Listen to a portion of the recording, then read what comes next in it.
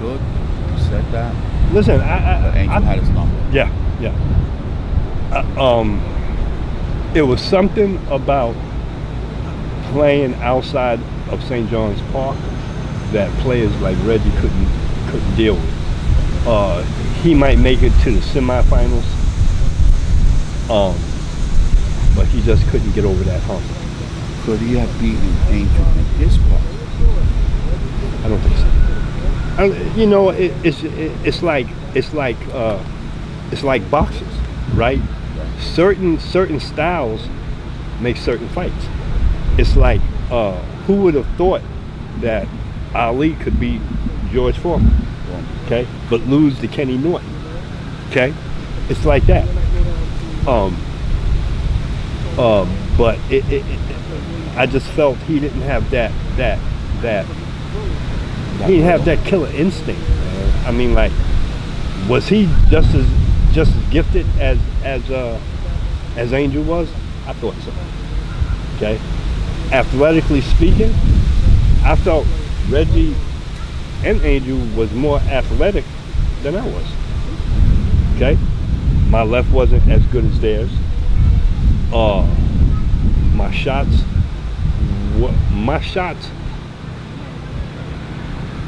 I think my shots was better, but athletically speaking, listen, man, I don't think nobody was as talented as Reggie and Angel. I don't. What about Lorenzo Carlos? Iceman, nothing gets under his skin. Cool brother. I mean, I don't care if he's losing 20 to zip, man. He finds a way. Okay. Nothing made him panic, man. Okay. I mean, you know, you could be out there, man, with some shorts on, and he could have long jeans on, and here you are, man. You sweating up a storm in shorts, and he got jeans on, man, and you don't even see a hair out of whack with him. Okay, so you know, was it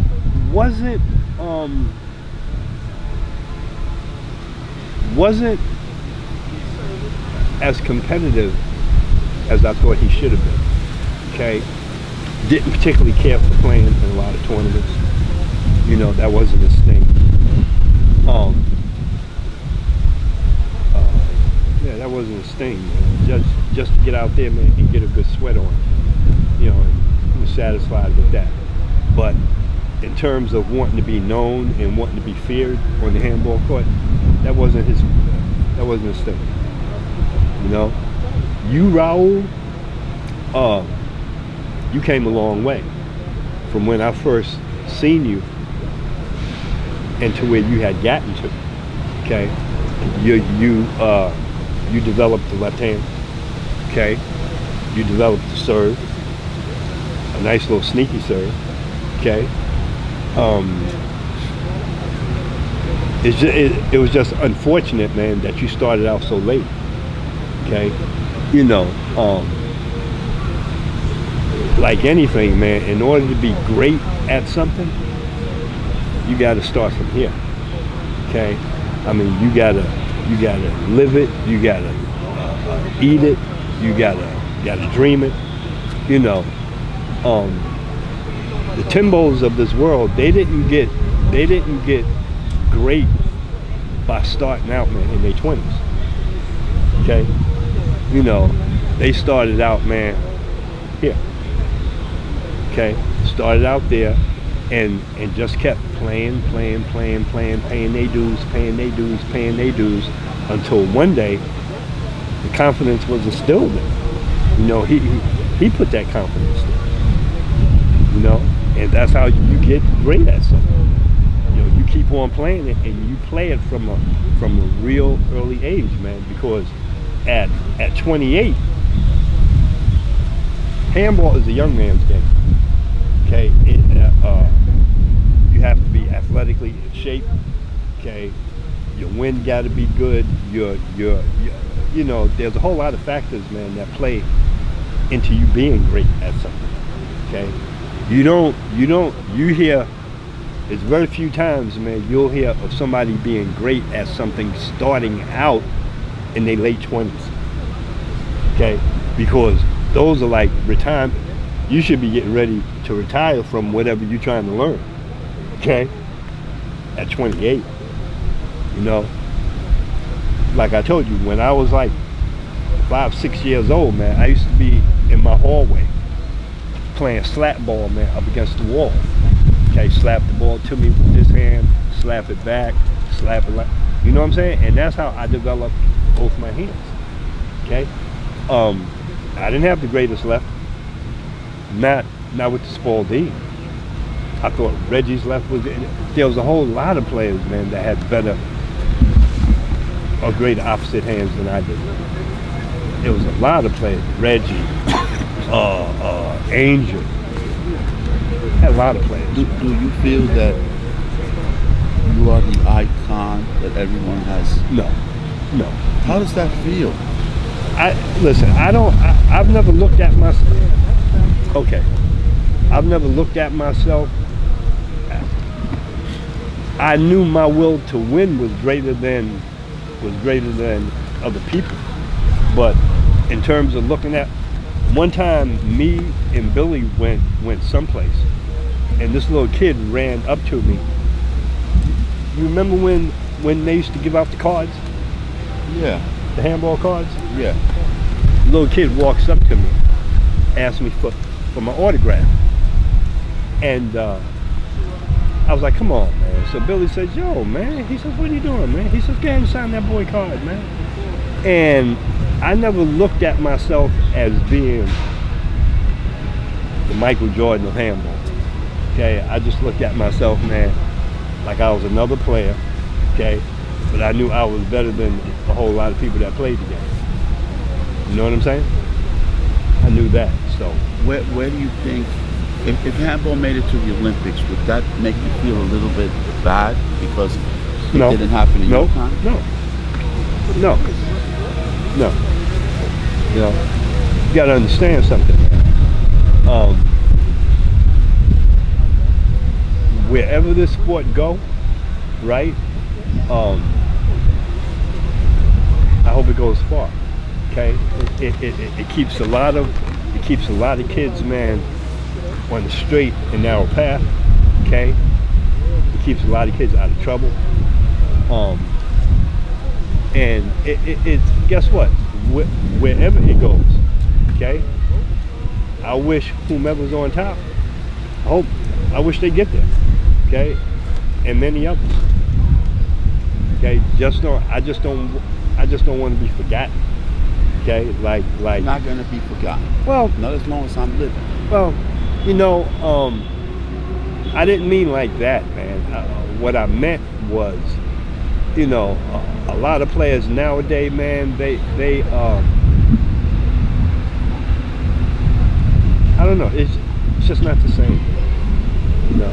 And with that, this is, oh man, You got that from under a radiator, something like that. yeah. And this is what they play with now. Can you describe the difference? Well, the Spaldings back in the day were a tiny bit fatter, okay, with a little more air in it.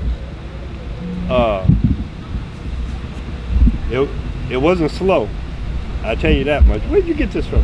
Underneath the I radiator. have a few left that I saved like I do with all You got it the from handball up, stuff. Yeah, you clean, you see things, that's where they come from. Motels. up underneath Your your radiator. radiator, like No, you said? inside a closet, inside a box, Okay. underneath the original pyramid shirt. Oh man. This is the original pyramid shirt. Mm-hmm. Wow. All right, this was the first one given out that I had to crawl and beg for.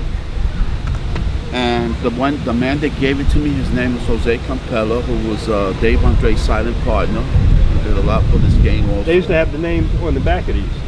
I have one like that. Okay. Yeah, I remember that. You know, but we going back for that. Well, this was the last pyramid shirt that Dave Andre gave out for pink ball. Wow. For pink ball, for Spalding, right? 87. 87. That was the last tournament with the pink ball. which I took. Was he the back of his head? That's not my name. Okay. Now, when the transition was made,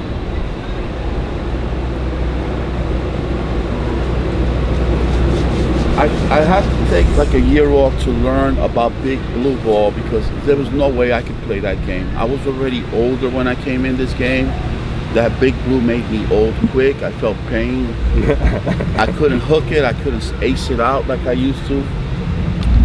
One thing though that I can't say brought a lot more players, but when I took a year off and came back to the game after learning the game from C.O. Carlos Centeno, and a guy named James Rivera who invented the pop serve, my first tournament back, Dave Andre gave me this shirt signifying that I made the pyramid, and it says blue because it was the first and only Big Blue Ball shirt he ever gave out. After that, that was it. And this was my shirt. I came back to the pyramid as number 6 in Big Blue, which for me was a great accomplishment because there was no way. I wanted them to blow up that factory with the Big Blue. That's what you said too. Well, I didn't like it when I first started playing it. So this is the original shirt. No, but I remember there was money in it. well, You you was know coming what? to the park saying, "Reggie, you got to play this game," and you left the park and you said, "Told me about the law." There was a shot called the law, and that seemed foreign, but I knew where it was. But you was going to West 4th Street like every day. And somehow in St. John's there was nobody to play. So one day he brought Rookie by, and he mentioned Rookie, and I thought, You want to sit down next to me? Yeah, let me Hey, you introduce sit there, him. man. Let me introduce him. You can give me some water. That was Buddy Gantt, the master of the wall. Now we're speaking to Reggie Langston, that was one of the greatest players I've ever seen. This man was on the pro pyramid also, all the time. He would be in tournaments all the time. And he'd make the last 4 the majority of the time, right, Reggie? I think so, yeah. He had the greatest opposite hand. He was always fit. He was always quiet. And we have some questions for you, Mr. Reggie Langston. Sure. Well, I'm lucky enough to have played black ball out of high school. I won the Iron Horse in that. Received a scholarship for Wake Forest in that. And Coney Island was the spot to go to for black ball, and the only spot for black ball. Then I graduated high school.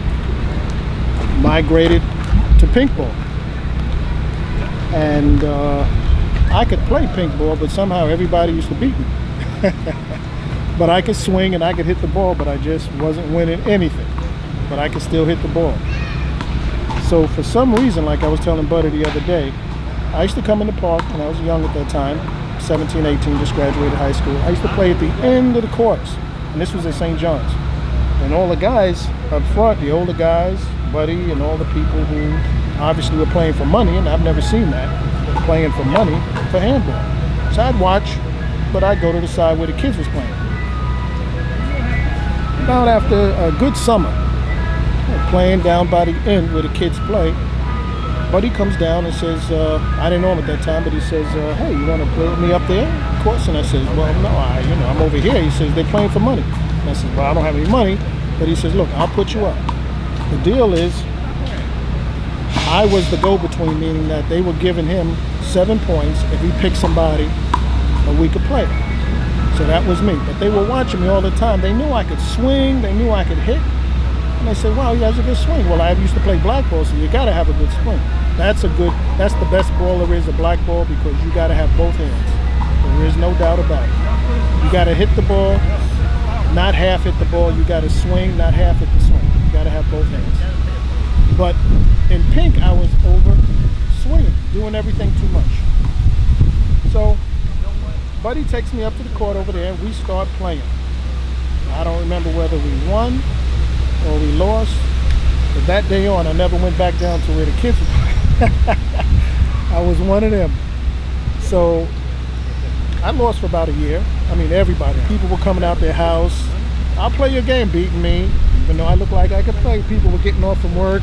Hey, Reggie, you want to play a game? And I would just lose for some reason, but I was trying.